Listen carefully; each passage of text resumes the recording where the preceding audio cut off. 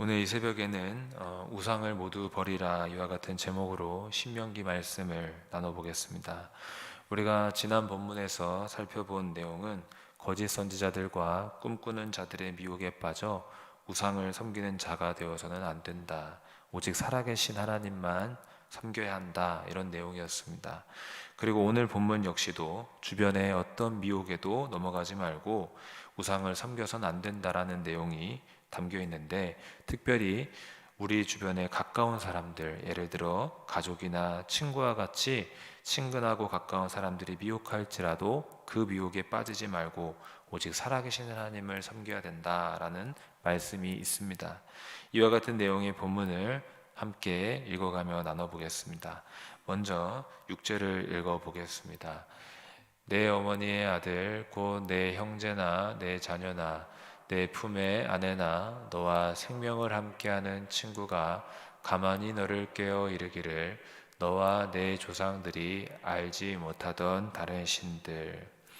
6절을 보면은 이스라엘 백성들을 가만히 꿰는 사람들이 있다고 합니다. 그들은 하나님이 아닌 다른 우상을 섬기자고 주의 백성된 이스라엘을 꿰는 자들인데, 과연 그들은 누구였는가? 바로 같은 피를 나눈 내 가족, 형제, 자매 또는 아내와 친구들, 이와 같이 우리 삶에 가장 가까운 사람들이라고 합니다.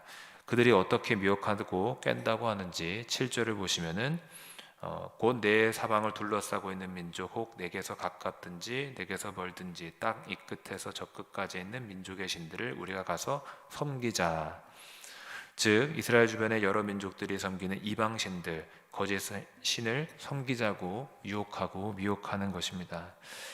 여러분, 지금 말한 이런 상황이 우리 삶에 동일하게 일어난다면 우리는 과연 어떻게 하는 게 좋겠습니까? 우리가 가장 친밀하게 여기고 소중한 사람이라고 여기는 가족, 배우자 또는 친구가 다가와 우리가 하나님을 떠나자, 하나님이 아닌 다른 신을 섬기자, 이렇게 말한다면 우리는 과연 어떻게 반응하겠습니까? 아마 이와 같은 상황에 쉽사리 그럴 순 없다 라고 말하기 어려울 수도 있을 것 같습니다. 왜냐하면은 길에서 만난 낯선 사람이 그런 부탁을 하는 것도 아니고, 같은 집, 한 지붕 아래에서 같은 이불을 덮고 있는 사람이 부탁하거나 또는 오랜 것이 친근하게 말하기 때문에 쉽게 거절하고 뿌리치기는 어려울 수도 있다라는 것입니다. 그러나 여러분, 우리가 하나님을 선택하고 섬기는 문제는 단순히 내 취향과 기호의 문제가 아니라 영생이 달린 문제이기 때문에 우리는 우리를 미혹하는 말은 단호히 거절하고 오직 살아계신 하나님만 섬겨야 될 줄도 믿습니다. 사실 우리 대개의 경우 많은 사람들이 주변에 가까운 사람 또는 영향력 있는 사람 또는 소수가 아닌 다수의 사람이 무엇인가를 말하면 그들의 말에 쉽게 넘어가고 흔들리는 경향이 있습니다. 그렇지만 우리는 그 어떤 말에도 미혹당하지 아니하며 하나님 안에 굳은 심지를 가지고 오직 하나님 믿는 신앙 안에서 굳게 서 있어야 될 줄로 믿습니다. 그렇기 때문에 이어지는 8절을 보면은 만약 우상을 섬기자고 유혹하는 사람들이 있다면 그것을 따르지 말자고 말씀하고 있습니다. 8절을 읽어보겠습니다. 너는 그를 따르지 말며 듣지 말며 긍휼히 여기지 말며 애석히 여기지 말며 덮어 숨기지 말고. 미혹하는 사람들이 가족과 친구, 배우자 같은 가장 가까운 사람이라도 결코 그들의 말을 듣거나 따라가 우상을 섬겨선 안 된다라고 이스라엘 백성들에게 말씀하고 있었습니다. 그러면서 단지 그들의 말을 따르지 않는 것 이상으로 그들을 불쌍히 여기지도 말고 숨겨주려고도 하지 말고 그들을 이스라엘 중에서 없애라고 말씀합니다. 9절을 보시면은 너는 용서 없이 그를 죽이되, 이렇게 기록이 되어 있습니다. 우상을 섬기자고 깨는 이들을 어떻게까지 하라? 용서 없이 그를 죽이되. 우상 숭배자들을 진멸할 것을 말씀합니다. 그리고 죽일 때에는 유혹을 받았던 사람이 먼저 자기를 유혹했던 우상 숭배자들을 돌로 치고 그 다음에 온 백성들이 그 우상 숭배자를 돌로 치라고 말하였습니다. 그렇다면 왜 이렇게까지 해야 했을까? 그 이유는 10절에 보면은 내 하나님 여호와에게서 너를 꿰어 떠나게 하려 한 자이니 라고 한 대로, 첫째, 그들은 주의 백성을 구원의 하나님에게서 떠나게 하려고 한 자들이기 때문입니다. 다시 말해 그들은 감히 주의 백성을 하나님 안에서 떠나게 하려고 한 큰 죄를 지었기 때문에 그런 징계를 받을 수밖에 없었던 것입니다. 그리고 또 다음 둘째 이유로는 우상 숭배자들을 징계함으로써 이스라엘 가운데 또다시 그런 우상 숭배 제약이 퍼지는 것을 막기 위해서였습니다. 11절을 또 다시 함께 읽어보겠습니다. 그리하면 온 이스라엘이 듣고 두려워하여 이 같은 악을 다시는 너희 중에서 행하지 못하리라. 즉 다시 말해 우상 숭배자들을 징계하는 것을 통해서 이스라엘 전체 공동체를 지키기 위함이었다라는 것입니다. 여러분, 어떤 죄든지 죄는 점점 퍼지는 특성이 있음을 기억할 수 있기를 바라겠습니다. 지금은 작고 적은 죄인 것처럼 보이나 어느새 적은 누룩이 온 반죽 덩어리에 퍼지듯이 죄는 번지고 커진다라는 사실입니다.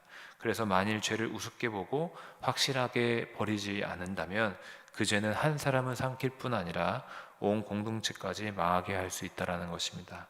그렇기 때문에 이스라엘 가운데 우상 숭배자들에 대해서 위와 같은 단호한 징계가 있었던 것인데, 여러분, 우리 역시 죄가 우리 삶과 가정과 교회 가운데 퍼져서 우리를 망하게 하지 않도록 항상 경계해야 될 줄로 믿습니다. 작은 죄도 얼른 회개하고 버려야 될 줄로 믿습니다. 그리고 이제 12절부터는 앞의 내용과 조금 다른 상황을 예로 들고 있습니다. 무슨 말이냐면 방금 살펴본 내용은 가족과 친구 등 주변에 가까운 사람들이 우상을 섬기자고 할 때 이스라엘 백성들이 어떻게 해야 될지에 대한 내용이었다면 12절부터 18절까지는 가나안 땅의 한 성읍에서 우상 숭배가 시작되었을 때 그것에 대처하는 규례가 나옵니다. 다시 말해서 우상을 섬기는 성한 사람들을 어떻게 할 것인가, 어떻게 처리할 것인가에 대한 내용이 나오게 됩니다. 먼저 결론부터 말씀드리면 이스라엘 가운데 한 성 전체가 하나님을 떠나 다른 신을 섬기면 그 성을 철저하게 조사한 후에 그 일이 사실로 드러났을 경우 그 성을 모두 진멸해야 된다라는 내용이 그 다음 말씀에 나와 있습니다. 먼저 12절을 또 읽어보겠습니다. 네, 하나님 여호와께서 내게 주어 거주하게 하시는 한 성읍에 대하여 내게 소문이 들리기를. 여기 보시면 이스라엘 여러 성읍 중 한 성읍에 대한 어떤 소문이 들릴 경우를 가정하고 있습니다. 그러면 그 성읍에 대한 어떤 소문인가? 보면은 13절에 그 내용이 나오는데 너희 가운데서 어떤 불량배가 일어나서 그 성읍 주민을 유혹하여 이르기를 너희가 알지 못하던 다른 신들을 우리가 가서 섬기자 한다 하거든. 어떤 소문입니까? 이 말씀대로 어떤 불량한 사람들이 나타나서 그 성한 주민들에게 우리가 하나님 아닌 다른 신을 섬기자라고 유혹하고 있는 소문입니다. 이런 소문이 들릴 때 어떻게 해야 된다라고 하냐면 일단 그 소문처럼 불량배들이 사람을 유혹했는지를 살펴봐야 됩니다. 또 그 불량배들의 말에 속아서 성한 사람들이 우상을 섬겼는지를 살펴보라고 합니다.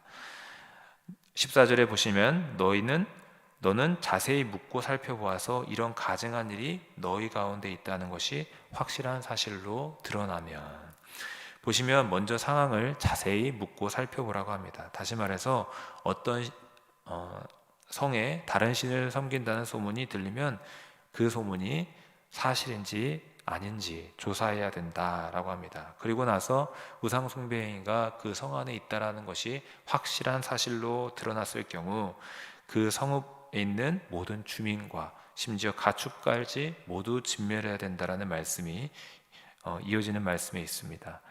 15절을 함께 읽어보겠습니다. 너는 마땅히 그 성읍 주민을 칼날로 죽이고 그 성읍과 그 가운데에 거주하는 모든 것과 그 가축을 칼날로 진멸하고. 여기 그 성읍 주민은 유혹하는 불량배들의 말에 넘어가서 우상을 섬긴 주민들을 가리키고 있는 말씀입니다. 그 모든 주민들을 다 처벌할 것을 말씀하고 있습니다. 그런데 이 말씀을 보면서 좀 안타깝다는 생각도 든 것이, 왜냐하면은 그 성 주민들이 우상에게 빠지게 된 맨 처음 이유가 불량배들인데 불량배들만을 처벌하는 것이 옳지 않은가? 왜 성 주민들은 다 처벌해야 되는가? 성 주민들은 좀 불쌍히 봐주고 다시금 기회를 주면 어떤가라는 생각이 그런 마음도 드는 것입니다. 그렇지만 하나님께서는 이스라엘 백성들에게 그렇게 말씀하지 않으셨다라는 것입니다. 불량배뿐 아니라 우상을 숭배한 성 주민들 모두 진멸하라고 하나님께서 요구하셨다는 것입니다. 우리가 여기서 깨닫는 것은 하나님께서는 우상 숭배에 대해서는 자비도 긍휼도 조금의 양보도 없다라는 사실입니다. 여러분, 하나님 앞에 우리는 우상을 숭배하는 죄를 범해선 절대 안 되는 것입니다. 그리고 다음 16절에 보시면은 다른 우상을 따른 성을 처리하는 방법에 대해서 또 나오게 되는데, 어떻게 하라고 하냐면 그 성에서 나온 모든 물건과 전리품들까지 다 완전히 태우라고 합니다. 그래서 그 성은 완전히 폐허로 만들고 다시는 건축하지 말라고 말씀하고 있습니다. 이 부분도 언뜻 들으면 참 이렇게까지 해야만 했을까? 그 성 안에 있는 좋은 물건들이 있다면 우상 숭배자들은 다 진멸하고 그 물건들은 취하면 좀 낫지 않은가? 이런 생각도 드는 것입니다. 그렇지만 절대 그렇게도 하지 말아야 된다라고 말씀합니다. 그렇다면 왜 그렇게까지 해야 됐을까? 이렇게까지 하는 데는 다 이유가 있을 것인데, 그 이유는 이렇게 완전히 진멸함을 통하여 우상 숭배 죄악에 대해 하나님께서 철저하게 심판하신다는 것을 보여줄 수 있다라는 것입니다. 우상 숭배하는 성이 쌓아 올린 부귀는 이처럼 허망하게 다 망한다라는 것을 보여줄 수도 있었을 것입니다. 또한 우상 숭배의 죄악을 속죄받고 또 하나님의 공의를 만족시키기 위해서는 성 안에 있는 모든 물건들을 다 태워야만 했을 것입니다. 그리고 다음 17절에 보시면 이스라엘이 우상 숭배 성을 완전히 진멸할 때 하나님께서 하실 일에 대해서 기록되어 있는데, 17절 한번 다 같이 읽어보겠습니다. 너는 이 진멸한 물건을 조금도 내 손에 대지 말라. 그리하면 여호와께서 그의 진노를 그치시고 너를 긍휼히 여기시고 자비를 더하사 내 조상들에게 맹세하심 같이 너를 번성하게 하실 것이라. 이 말씀을 보면 하나님께서 하실 일에 대하여 기록이 되어 있습니다. 죄악을 청산한 이스라엘에게 하나님께서는 진노를 그치시고 그들을 불쌍히 여기시며 자비를 더하시고 번성케 하신다는 것입니다. 본문 마지막 18절도 방금 읽은 17절과 동일한 내용들이 기록이 되어 있습니다. 내가 만일 내 하나님 여호와의 말씀을 듣고 오늘 내가 내게 명하는 그 모든 명령을 지켜 내 하나님 여호와의 목전에서 정직하게 행하면 이같이 되리라. 우상 숭배와 죄악을 버리고 오직 하나님의 목전에서 정직하고 옳은 일을 행할 때, 하나님의 뜻대로 행할 때에 하나님께서 긍휼을 베푸시고 자비를 더하시며 번성의 복을 주신다라고 약속하고 있는 것입니다.